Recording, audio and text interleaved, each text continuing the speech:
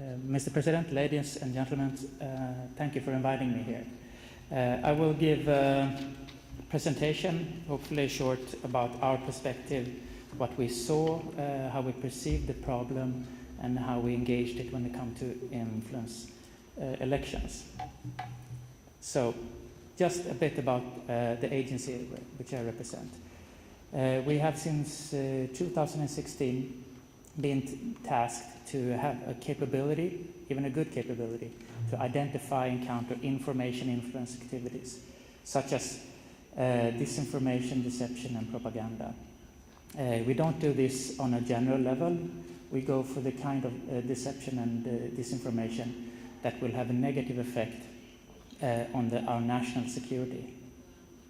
If it would, for instance, harm the safety and security of our population, if it could harm the functionality of our society, or if it would harm our fundamental values, freedom of speech, individual rights, and so on. We're also tasked with supporting other agencies and authorities in Sweden so that they can do this by themselves and so that they are prepared. The Swedish perspective on this is actually, first of all, actually looking at our own vulnerabilities. So something we're focusing on is actually, what are we vulnerable to? Where are the weaknesses in our society? And after knowing that, then we start to look at what are the threats. And when a vulnerability and a threat correlates, that's where we act and respond and work with. And one of the reasons for this is, of course, that we've seen, especially one certain state actor using influences to, their resources are so massive, so we can't really match that. So we have to do something else. So we went for actually the standpoint of our own vulnerabilities and then going for the threats. But knowing your vulnerabilities and the threat, then you also know who will be vulnerable and actually put at risk when it comes to this threat, and also who are responsible to manage it. And that's where the counterpart comes in. Going very straightforward to elections. In recent years, there have been many interesting, because I can't say good, but interesting examples of meddling with other countries' elections. And the United States has been very upfront with the problems they've been facing. We have been digging into this and traveled around Europe and the United States to learn more about the meddling in elections. And it was interesting to see how you could see state actors using fake information. For instance, this example where you can see someone's trying to say that you can vote for Hillary Clinton by sending an SMS. Other examples we've seen are sudden appearances of accounts on Facebook, for instance, promoting the idea, in this case, that Texas should leave the United States. But also the hijacking of existing accounts, working with the polarization and radicalization. And in these two examples, we could also see how these two accounts were putting out or promoting the idea of demonstration on both pages. The problem is that this demonstration was to be held, these two demonstrations were to be held on the same place at the same time, resulting, of course, in people meeting on the ground, engaging in a actually real conflict. And from what we have learned so far from the United States, these two accounts that I showed were managed from St. Petersburg. So that's what we're facing. And when we look at election, we've heard a lot about the vectors, about hacking, fake news, fake accounts, fake information about where to go and vote or not to vote.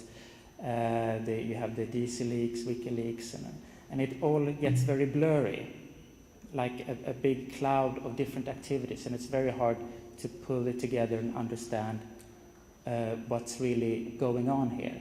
So when we looked at the elections, we took the Swedish approach and looked, what are they targeting instead? So looking at, for instance, the US election, what we could see was that they were they were trying to undermine the trust for the election, the trust in the process. They were also targeting the will and ability to go and vote. And thirdly, they were trying to instill polarization through both push and pull methods. One pull method would be to radicalize people, to draw them together with the extreme thoughts. The other would be actually to make other groups angry as they saw this, and they're instilling provocation and conflict. And fourthly, also engaging in individuals, future political leaders or higher officials, creating a connection that would make them look illegitimate. And all of these activities, I would say, are targeting the legitimacy of the one being elected. So it's not about pushing through the outcome of a specific party winning an election. It is about making the winners become weak in front of their own population by creating a thought, did this really go the right way it should have been? Was I lured into voting in a direction? Can I really trust my leaders? And there you have it. Influencing elections is actually about influencing the future behavior of another nation, their decision making as in foreign issues or in trade issues. And that's what we need to protect. So realizing this was, of course, not so funny for us in Sweden, because we're going to have an election the 9th of September this year. So already in 2017, in February, we started a project, learning and getting experience from other elections, and also to actually identify what are our vulnerabilities, and then finally, how should we counter this? And what we did was actually to come up with an assessment. What was it that made influence campaigns towards other elections effective? It was not just what they were doing and that the methods were effective. There was something lacking in the countries that they attacked. And one thing was awareness. There was a lack of awareness of that this threat exists, what it looks like, and the awareness of actually knowing what you're encountering when you see it. And this was on all levels, I would say. The other thing was that even though they saw things in different elections being conducted, you would see hacking towards companies working with the election systems, or you would see the leaked informations from parties. But who should you call? How should you interact? How should you coordinate your activities? How should you warn your other relevant stakeholders in your society? And how should you support each other to confront and counteract these activities? So therefore, what we decided, and we have now as an assessment and a commander's intent that I've set, is to increase awareness in our society on all levels and actually increase cooperation. And that's something I will talk a bit about right now, how we're doing this. Because our election, we're going to do this manually, this election, so it's both decentralized and transparent. There is very little you can actually do to influence our election in a way that it will become illegitimate. But that's not the problem here. The problem is trust. So what we need to do is actually work with the perception of our election being trustworthy in front of our population. And one thing to do that is actually to look into the vulnerabilities and try to reduce the ones that exist, and the ones you can't take away, you need to have a plan to counter. We could also see that when other elections have been affected, it's been to countries that are way more powerful than Sweden. We're humble. We know that we're a small country.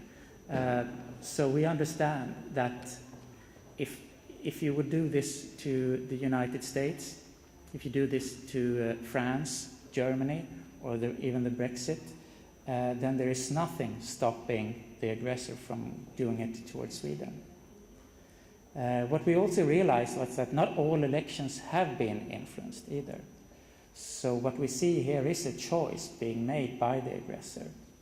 But with this reality, we can only have one standpoint, and that is not to hope for the best. That is to assume that we are going to be attacked. And if we're not attacked in our election, well, good for us, but we have to do our best already today. So to do this now, we've set up a task force that I am heading.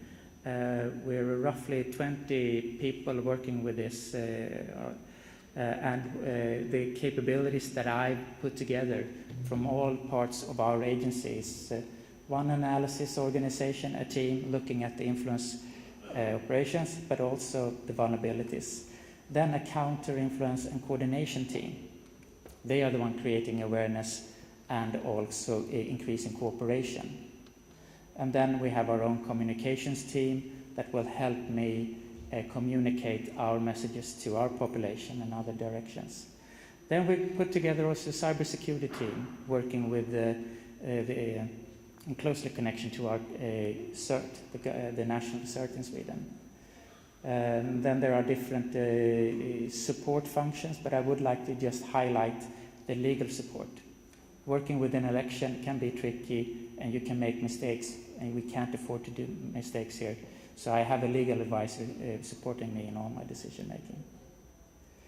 So what are we doing then? Well, to identify, as I said before, we're looking at the threat activities, but also our vulnerabilities, trying to identify also incidents in Sweden. And one thing I would like to highlight that we are about to do tomorrow is tomorrow we're sending out a letter to all appointed agencies that in our crisis management system, agencies that are vital to our critical societal functions, and to our counties, where we want them to report any irregularities on the influence arena that they might encounter, so we can get a common operational picture of the incidents. We're doing this together with the police and the election authority. So the police will now start to collect information regarding crimes committed against the election, and the election authority will start to gather information regarding the total election administration if there are incidents there. And therefore we will get a common operational picture from these areas if something happens in Sweden.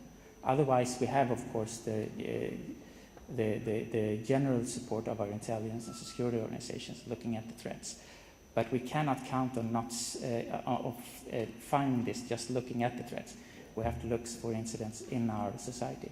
And we will not, put them in categories like cyber attacks or disinformation or fake accounts. It will be according to the areas where I showed before. The trust of the process, the trust of our politicians,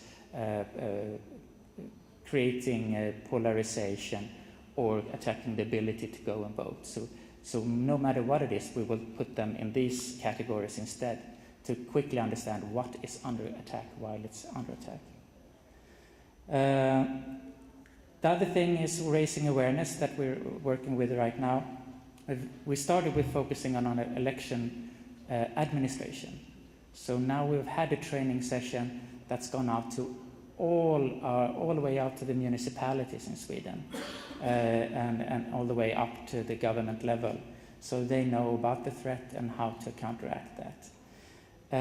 We have also prepared a common operational picture for the election administration and the agencies protecting the election, so they know the specific threats against Sweden and our vulnerabilities. The third thing I would like to highlight is actually we're coming out with a handbook, how to counter disinformation. This handbook is targeted towards our communicators on all levels in Sweden, so they have a toolbox to use if they would be under attack by themselves.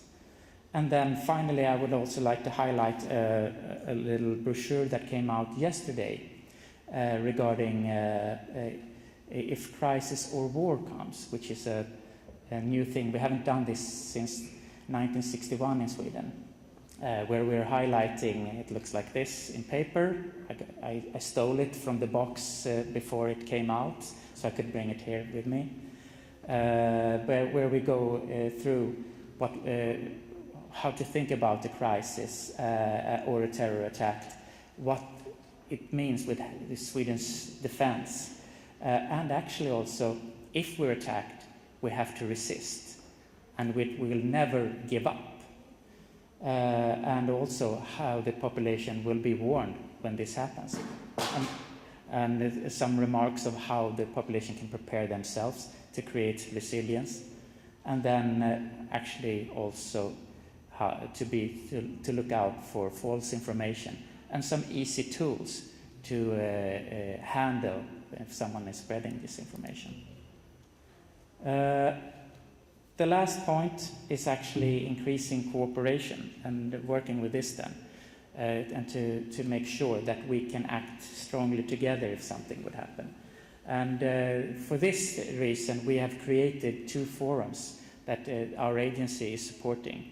One, a national operational forum where we have the election authority or election administration, where they are our main focus. And the intelligence services, the security service, and MSB is, so to say, huddling around them to support them with any information they need to mitigate threats against the election. The other is a national cooperation meeting where we gather all stakeholders, agencies, authorities, and even companies that work with the election, because this is a gigantic logistic operation for Sweden, to sort out everything regarding contact information, to informing about the threat, but also showing them how we would coordinate, how we would work during stress. So we also went through a coordination meeting, how that would work under stress, so everyone knows what to report and how to report. We've set up a contact list for all relevant agencies so we can reach each other very easily. We've set up a protected web-based portal where everyone can fill in their information and where they can find our information, and we can share information quickly. We've set up a cooperation with both Facebook, Twitter, and Google. So we have quick channels to reach them if something would happen. We need their support. And actually, a very basic thing. We have a crisis management radio system in Sweden for our police services and rescue services and so on. We've increased the availability of that system. If communication would be knocked out, we could at least have one extra communication system where we can support the election administration. So putting all this together, what we've learned is so far that if our election would be influenced by a foreign state actor, it's actually their choice whether to do it or not. It's not our choice. But we will do everything to protect our election and to make it as inefficient and actually as uncomfortable as possible for the aggressor. And thereby I stop.